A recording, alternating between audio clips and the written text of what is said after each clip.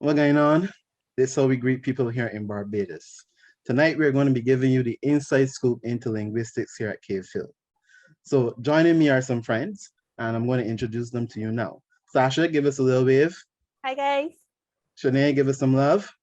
Hello. And Martha, who's from Grenada, give us a greeting. Or no? We're going to be starting with some of our fondest memories of linguistics. Martha, what do you remember fondly about linguistics? Okay, one of my fondest memories is studying uh, Creole linguistics in year 3. Creole linguistics allowed me to understand the language dynamic in the Caribbean so much more. I always knew I wanted to understand languages better. I always knew that I had an interest in language. But because my introduction into language study was purely incidental, I had no clue what that study would be like. And I especially did not know anything about linguistics. But what Creole linguistics did for me was to really make sense and concretize the scientific and otherwise theoretical information that I learned throughout my undergrad experience and bring all of that into focus so that I can see the languages at play in the Caribbean space. I was able to understand how our languages began to develop, how they changed over time, and how they are continuing to change in present day. So all in all, I got a good appreciation for the Caribbean languages. And I really got to understand my own language here in Grenada a lot more because we initially had a French Creole, which is unfortunately dying and has been replaced with an English Creole. And as you know, because of globalization, our language continues to change. Sasha, what about you? Well, I don't necessarily agree with you that Creole linguistics was my favorite memory at UE Linguistics, but I would say that much like you, I love the fact that my 3 years in undergrad with the lecturers and the professors at Cave Hill campus awakened in me a national pride regarding my dialect, regarding my culture, because when you come to study linguistics here in Barbados and you start to focus on the Caribbean dialects and varieties, you will learn that there are some negative attitudes that exist towards these dialects because of the history that's associated with it. And I came to see our dialects as something to be proud of, something to treasure, and something that needs to be kept alive because it's a big part of who we are. It's a big part of who I am as a person, as an individual. And it also helped me to feel more connected to my family because, for example, my mother is from Barbados, my father is from Guyana, and learning a lot more about Guyanese Creole during my undergrad years helped me to realize that a lot of the things that he said, that he pronounced a lot differently to we would hear in Barbados, that was a part of his culture and that's a part of who he is. And it made me feel like I understood him better and I was able to connect to him better. And that is a big reason why I treasure my time at Cave Hill campus doing linguistics. But Shanae, who is the youngest of all of us, what is your favorite memory? My favorite memory is of Caribbean dialectology. Now, for me, that was my absolute favorite. I had a good lecturer. I had good friends who helped me along the way. I enjoy dialectology because it examines the variations of sounds, of words, of the grammars of the languages of the Caribbean. I feel like we sometimes fail to acknowledge our differences and the differences of the songs and the words within the language. So that course and linguistics as a discipline for me raised my awareness of my own home language, Bajan. It raised my awareness of the languages within the Caribbean. It gave me a greater appreciation for the languages that exist around me as KFL is a very diverse campus. Wow, so it seems you ladies have some very, very fond memories of linguistics on your time. But for me, my focus was on the nature of the courses that I took. I didn't come from a background in linguistics. Similarly to you guys, I came out of a background in languages and science. So I just came into linguistics thinking about an elective or getting one course that would add to my degree. But I took sociolinguistics and I've never looked back. In that course, it brought the language out of the classroom and into the real world. We were able to engage with projects of a diverse nature. So for me, who had this interest in languages and the learning of languages, I was able to do projects investigating how language is learned and the variation that happens within the classroom.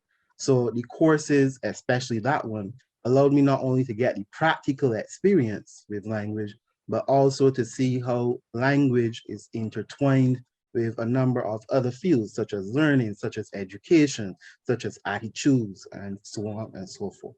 So, Shanae, what about you? What were the courses like for you? As you said, I treasure the practical experience. And the most memorable one is with phonetics. And for that class, we were taught about transcribing, and I was able to transcribe some Jamaican songs. What song did you transcribe? Now, I can't remember which one exactly, but it was a Vibes Cartel song.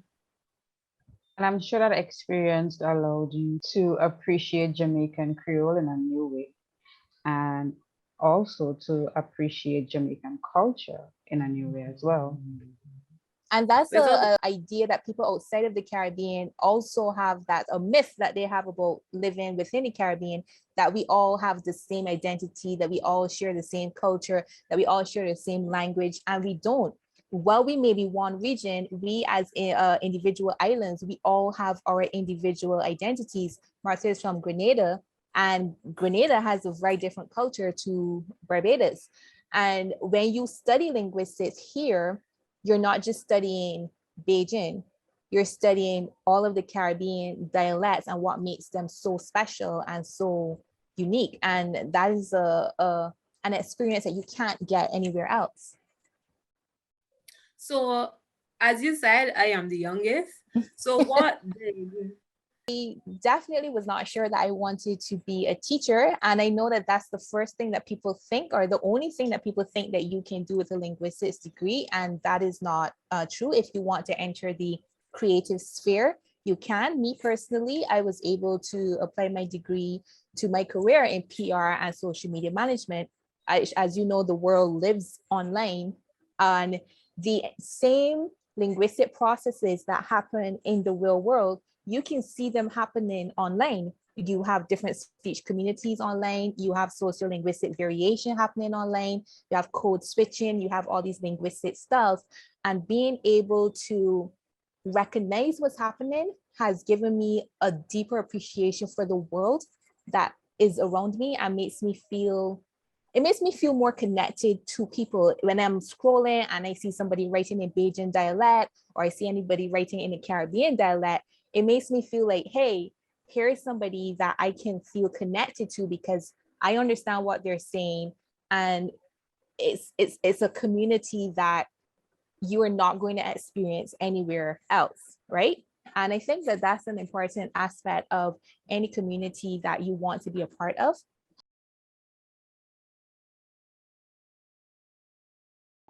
And with UWE Cave Hill, it's, as Shanae said before, it's a diverse community. So you're not going to come here and just encounter only Bajan students, right? Or only Bajans. You're going to have Trinidadians, Antiguans, Jamaicans, St. Lucians, Guyanese, and each of them are going to bring their own uniqueness to the pot. Like, for example, Martha, she came here from Grenada as part of the study abroad. So what was your experience like? Yes, I had the unique outsider experience moving into Barbados. So I had to learn to interact with Barbadian culture, with Barbadian language. Luckily, I was one of those people who was very curious about language to begin with. So it was a beautiful experience for me. But not only did I have to get used to the Barbadian language at play, I had to get used to the intermingling of other Caribbean dialects as well, other Caribbean Creoles as well. In fact, I finally got to understand the difference between Jamaican, Kittian, and Antiguan, and even Vincentian, which tend to sound alike but are very much different. But you only get that appreciation when you're around the speakers, you know. But not only did I see languages at play just from talking, but I got to see languages at play in the culture, in the food, for instance. I got to experience fungi from Antigua, um, coconut dumplings from St. Kitts, for example, doubles from Trinidad. And these aren't just foods, but they are foods with rich cultural heritage.